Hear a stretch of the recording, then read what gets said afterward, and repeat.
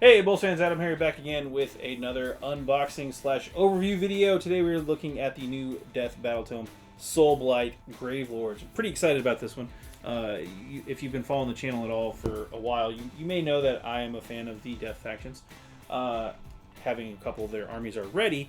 I might, after this review, I might be starting a third one, let me put it that way. So let's talk vampires. This is the book for vampires. This basically replaces the Legion of Nagash and gives Death that fourth kind of real army vibe again. So now if you were playing Legions of Nagash, here you go. This is for you.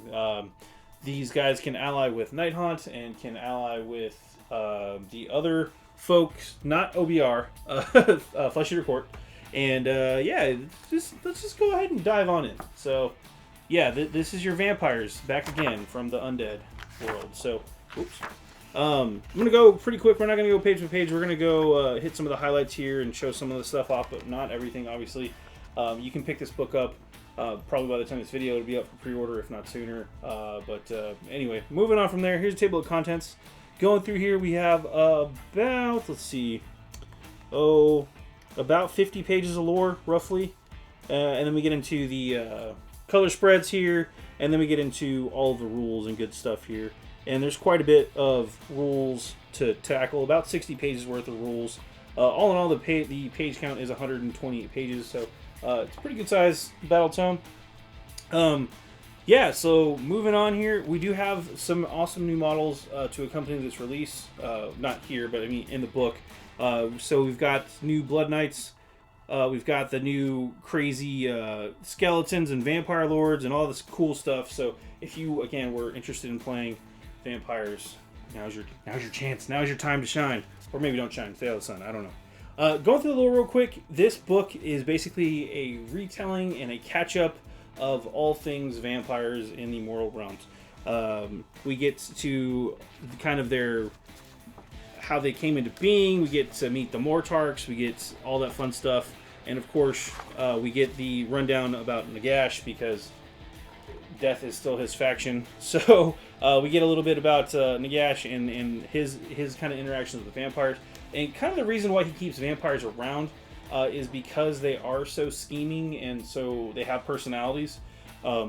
They're really the perfect pioneers for Death. If anybody's going to go invade a realm and kind of take over a realm outside of Death, vampires are really good candidates.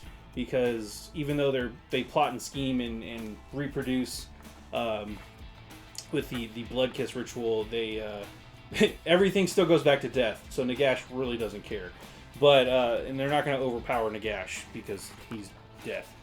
But moving on from there, we get into kind of the Soul Wars era and all that fun stuff. If you're not familiar with the Broken Realm saga, the Soul Wars are basically coming to an end, and this book actually acknowledges that. It talks about the Necroquake and all that other grave sand goodness and then whatnot. From there, we get a look at the underworlds of Shaiish. It does do a breakdown quickly of the different realms of the different Mortarchs, so that's kind of nice. Ark in the Black is not in this book in terms of lore. This is mostly focused on the vampires, so your Manfreds, your Neferatas, and stuff like that. We get a couple of new dynasties as well, so that's pretty cool. This is the quick breakdown. Of course, you've got Nagash at the top. You've got the Legion of Night and Legion of Blood. Legion of Night is Manfred von Karsten's Mortarch Legion, and then we have the Legion of Blood, which is Neferata's, and then we have the Vikros dynasty, which is one of the new guys. You might recognize that from the Cursed City box set with Ricknor the Wolf, who's now the Beast. I think I said his name right. Sorry if I didn't. Then we get the Castelli dynasty, which is basically your Blood Knights and your martial vampires. And then we get the Avangori dynasty, which is the new weird bestial vampires. We'll talk about them a little bit later here. Moving on, we get an introduction to each one of the legions. Kind of went through this already. Legion of Night, which is Manfred. Then we get Legion of Blood, Neferata's Legion. Each one plays a little differently and has different things that they do well, and we'll probably look at those rules briefly later. Then we get into the Vikros Dynasty. Talks about those guys and how they're tied to kind of like the wolf aesthetic, the animalistic nature of the vampire, if you will. Cursed City, again, talking about Ulfenkarn and all that fun stuff.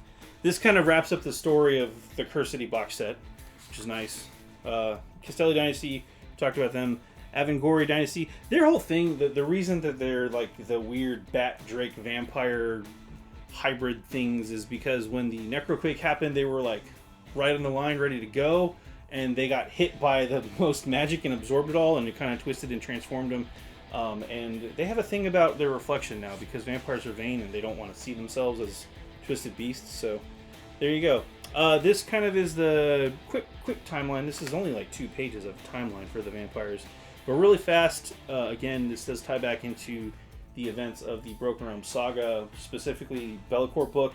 If you flip through that, you know that at the end of that, Manfred, instead of going back to his home realm, he goes and visits the Mortarch of Blood's realm, Neferata's realm, and basically says, hey, you're not here anymore, I'm taking over.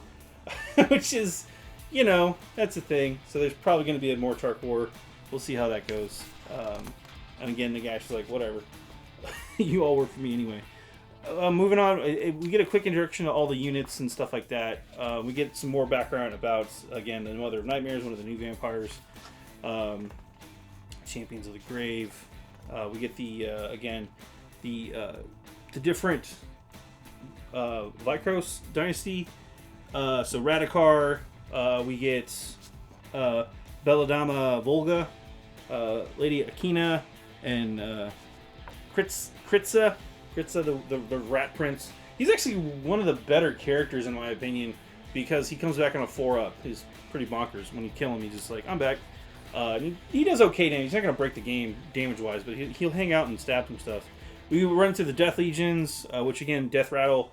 You're probably familiar with these. These are your skeletons, right? So Graveguard, Black Knights, Death Rattle skeletons, Whites, and etc.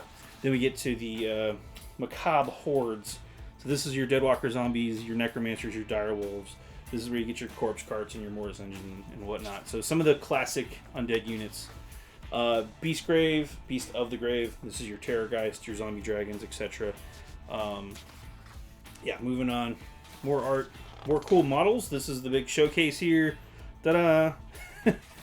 Skipping through these. You probably have seen these models before. They're freaking awesome. That's one of the big reasons I'm considering jumping in. Those Blood Knights look pretty rad. And points-wise, they seem okay. They have a nice painting section in terms of like how to paint deathly armies. So that's a definite plus. Really great pointers through here. If you're going to paint a death army at any point, any death army for that matter, there's some really good pointers in here for you. We get to the new Allegiance abilities, and I want to say even before that, nope. Allegiance abilities, and I think we're going to get into some of the campaign stuff in a little bit, but the big thing, they have Masters of Death, so you pick a bloodline and stuff like that. Those have different effects, obviously. If Nagash joins your army, if you put him in your army, he counts as a general in addition to the model that's chosen to be the general, but you can't have any mercenary units. It's kind of like when with the OBR, he also gains the Legion name, so that's pretty cool. You also have Unquiet Undead, which is a special ability. Basically, you can set up a unit that's been destroyed if you wipe out an enemy unit on like a 4-up. Oh no, sorry, that's a different one. This is the Grave Marker thing. If you play Legions of Nagash, they could set up 2 Grave Markers and they could bring units back around those. It's the thing. Locust of Shaish. Anytime you cast a spell on 9-up, you can basically throw it again if it's one of your actual death spells there. Again, I'm skimming really quickly, guys, here. Go get the book. You'll be able to read these in more detail. Deathless minions, that's the thing I was talking about. That gives them... sorry, it's a different thing. If you're within range of a hero or one of the grave sites, you basically get a Feel No Pain save on 6-up. So ignore wounds or mortal wounds on 6-up, which is going to be great for keeping your skeletons and zombies in the fight. And also your vampires, for that matter. Reanimated Warriors. This is the Bravery effect on there, and then Endless Legions. That was the one I was talking about here. So on a 5-up, you can bring a unit back. However, it's like half the unit size, the original unit size, and there's ways to add to that roll depending on how many units were destroyed. So it's pretty cool. And then this is the Deathly Invocation, so you basically can heal units back. I believe it's D3 wounds, and then you can do X number of units based on the keyword. So Mortarks get up to 4, Vampires gets up to 3, Death Mages up to 2, Death Rattle up to 2. And again, if you have multiple keywords, you can pick which one you want to use. So if you are both a Mortark and a Vampire, you can do 3 or 4. I don't know why you would only do 3, unless you only have 3 lethal targets, but whatever. Yeah. And they have multiple ways of adding D3 wounds back to units, which is great. Each of the different legions has their own set of battle traits, command traits, and artifacts of power. I'm not going to go through these just because there's a lot to read through, and I don't have time to do that for you guys, but the book's coming out very soon, and they're pretty solid. Each legion, again, like I said earlier, plays a little differently and has their own special thing that they do. So you can really kind of pick the playstyle that you want to go for. If you want, if you want OBR light, you can go with Legion of Blood. They're all about the skeletons, the death rattle, and things like that. So they get a lot of really cool bonuses for their death rattle folks, which is nice. If you want kind of a mixed bag of stuff, Legions of Night's great. Good for death rattle or death walker. So your zombies and your skeletons, they're solid. Ace's Cunning is a nice ability too.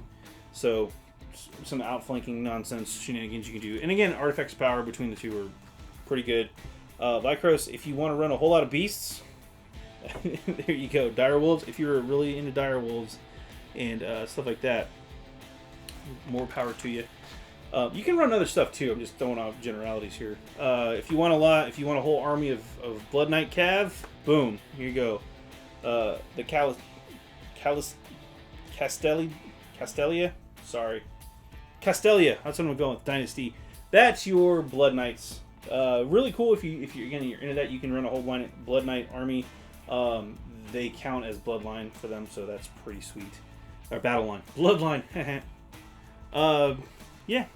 And then the Evangore Dynasty. This is your big nightmare dudes. They do some cool stuff with zombie dragons, terrorgrice, that type of stuff. So if you want the big smashy monsters, there you go. Different spell lores. You got the lore of the vampires and then the lore of the death mages. These are kind of familiar to the ones from Legions of Nagash, and then the invigorating aura thing as well. So that's back. Again, don't forget on a 9+, you can basically do the spell twice. There's a special battle plan there for you. New Path to Glory, goodness, and all that fun stuff. There's Warband tables, Champions Reward tables, all that fun stuff's in here too. It's a great way to build an army. We go through the Warscrolls. There's the big Warscroll. There's Nagash. There's another set of Warscrolls here. These are okay. This one brings back D3 wounds. This one adds 1 to hit rolls for melee weapons if they're in the battalion and they made a charge, which is kind of nice, but it applies to Vargeist and Felbats. This one, you can pick up to 3 different friendly units in the battalion that are wholly within 12 of this battalion's White King if you do add 3 to their move, which is kind of nice because that affects Black Knights and Graveguard and Death Rattle Skeletons. So you can make them go pretty quick. And this one adds 1 to the attacks characteristics of melee weapons. In this unit's the battle line when they're wholly within 12 inches of a corpse card. So again, that applies to dire wolves and zombies. So if you want to run a lot of zombies, the Death Stench Drove is pretty good. The Gash is basically the same. Didn't get a whole lot of changes in this book compared to, say, the most recent one, which I believe was the Ossiarch Bone Reaper book.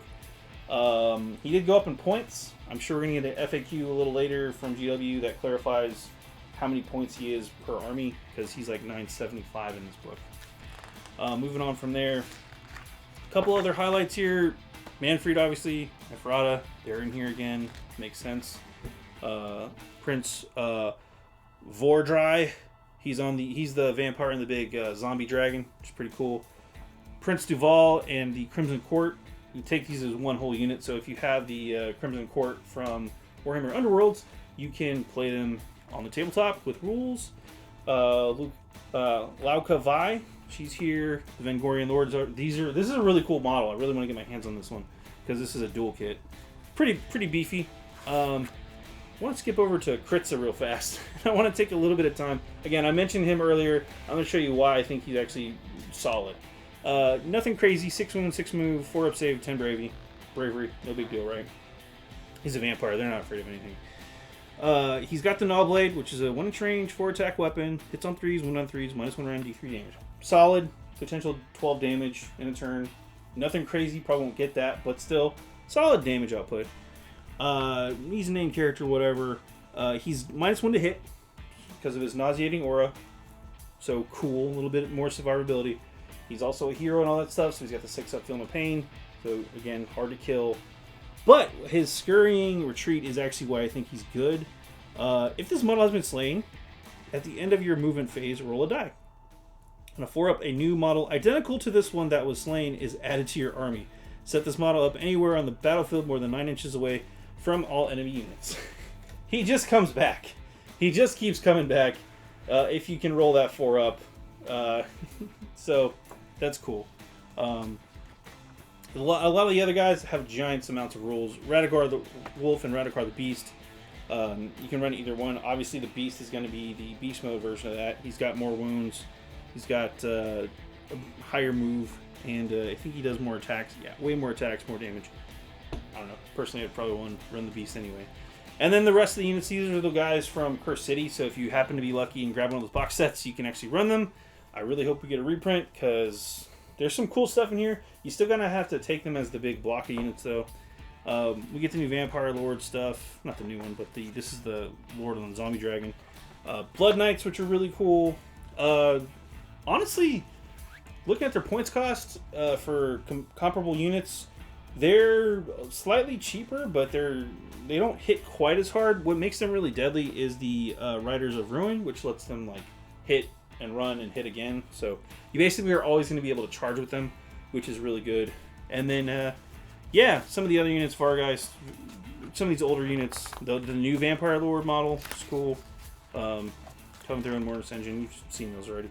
Most of these rules you can actually find online from GW directly anyway, so I'm skipping over them. But that's pretty much it. Black Knights. By the way, you probably won't be able to find a box of Black Knights, but that's because Hex Wraiths are the same box. So if you're looking to add some Black Knights to your army, go find the Night Haunt Hex Wraiths. It's the same box. There you go. Death Rattle Skeletons are cool. I just think they're neat. They're a neat army, or neat new models. So yeah, that's it. And then points obviously at the back, which I can show you guys because GW is going to have these on their website anyway. So again, like I was saying, Nagash, he's 975, which is a new change here. If you take all the guys from Curse City, it's 755 point thing, and then they are unique. Nagash is 975 here, as I mentioned. You can do some cool stuff with the battle lines if you want to go that route. So lots of cool stuff there. So yeah, overall, my thoughts on this army are that they're solid. They're not crazy overpowered. We'll see if there's any broken combos. Give us some time to digest this book a bit more, but nothing really jumped out at me as too over the top crazy. I think it's got a ton of really cool flavor in here, though. I think it's going to be solid, but not busted, which is kind of where you want. I think it's going to be fair. So we'll see. We'll see how it shakes out. I could be wrong. In 6 months, they could be the most broken army ever. I don't know yet. I'm going to have to do a little bit more digging. But yeah, there you go. Soulblight Gravelords. This has been a BoLS overview. Thanks so much for watching. Have a good one.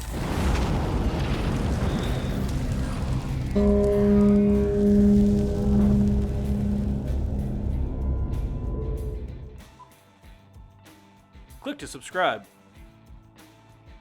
Check out more videos. And thanks for watching.